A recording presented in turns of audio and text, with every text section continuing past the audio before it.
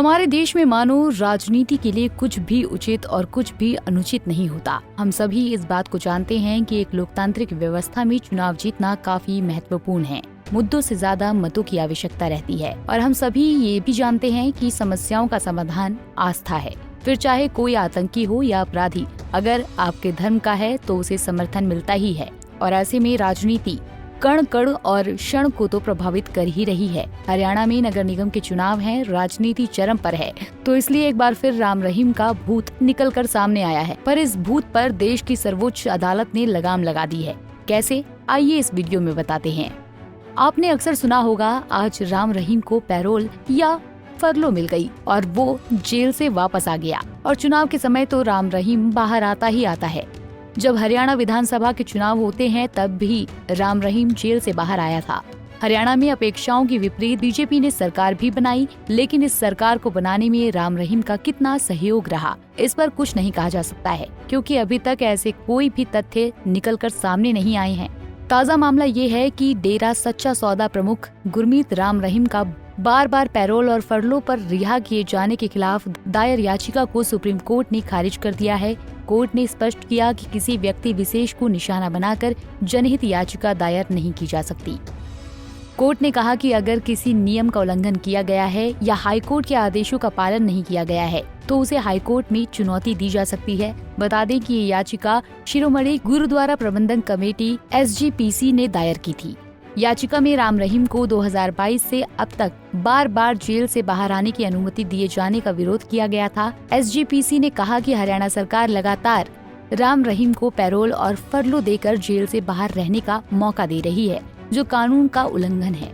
राम रहीम की ओर से वरिष्ठ वकील मुकुल रोहतगी ने सुप्रीम कोर्ट में दलील दी कि राजनीतिक प्रतिद्वंदिता के कारण ये याचिका दायर की गई है। उन्होंने SGPC की मंशा पर सवाल उठाते हुए कहा कि जब याचिकाकर्ता खुद को धार्मिक संगठन कहता है तो वो राजनीतिक प्रतिद्वंदिता की बात कैसे कर सकता है। इस पर SGPC के वकील ने कहा कि जब राम रहीम खुद को धार्मिक व्यक्ति मानते हैं तो उन पर राजनीतिक द्वेष का आरोप क्यों लगाया जा रहा है। सुप्रीम कोर्ट की जस्टिस भूषण रामकृष्ण गवई और जस्टिस मनोज मिश्रा की बेंच ने इस मामले की सुनवाई के दौरान कहा कि हाईकोर्ट ने पहले ही ये स्पष्ट किया था कि सरकार नियमों के अनुसार पैरोल की मांग पर विचार कर सकती है। याचिकाकर्ता ने दलील दी कि पिछले साल राम रहीम की रिहाई हाईकोर्ट के आदेशों के खिलाफ थी। इस पर सुप्रीम कोर्ट ने कहा कि यदि ऐसा है तो राज्य सरकार के खिलाफ हाईकोर्ट में अवमानना याचिका दाखिल की जा सकती है, लेकिन सुप्रीम कोर्ट में इसे जनहित याचिका के रूप में पेश नहीं किया जा सकता।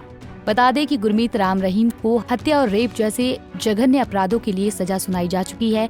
2017 में 2 महिला शिष्यों से रेप के मामले में उसे 20 साल की सजा मिली थी। इसके अलावा पत्रकार रामचंद्र छत्रपति की 2002 में हत्या के मामले में भी 2019 में उसे उम्र कैद की सजा सुनाई गई थी।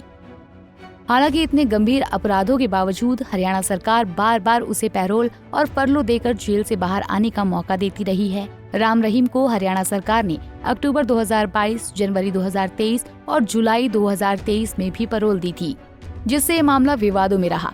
SGPC और अन्य संगठनों का आरोप है कि हरियाणा सरकार राम रहीम को राजनीतिक लाभ के लिए रिहा कर रही है। SGPC का कहना है कि अगर कोई आम आदमी कैद होता है तो उसे इतनी बार पैरोल और फरलो नहीं मिलती, लेकिन सरकार राम रहीम के अनुयायियों को खुश करने के लिए उसे बार बार जेल से बाहर आने का मौका दे रही है। हालांकि सरकार का तर्क है कि सभी कैदियों को कानून के तहत समान अधिकार दिए जाते हैं और पैरोल देने का निर्णय जेल नियमों के अनुसार लिया जाता है। बहरहाल अब आप भी ये जानते हैं कि सुप्रीम कोर्ट की इस टिप्पणी के बाद तो अब राम रहीम का आना जाना लगा ही रहेगा और राजनीतिक पार्टियां उसका लाभ उठाती ही रहेंगी। जाहिर है कि पैरोल और फरलो हमारे देश के कानून का एक अहम हिस्सा है, जिसका राम रहीम समय समय पर उपयोग करते रहते हैं। हालांकि पैरोल और फरलो के प्रावधानों पर भी सवाल उठते रहे हैं। सेलिब्रिटीज को पैरोल या फरलो मिलने पर हंगामा भी होता रहा है। Bureau report, Punjab Kesari TV. हमसे जुड़े रहने के लिए हमारे YouTube चैनल को सब्सक्राइब करें और नई वीडियो की नोटिफिकेशन के लिए बेल आइकॉन को दबाएं।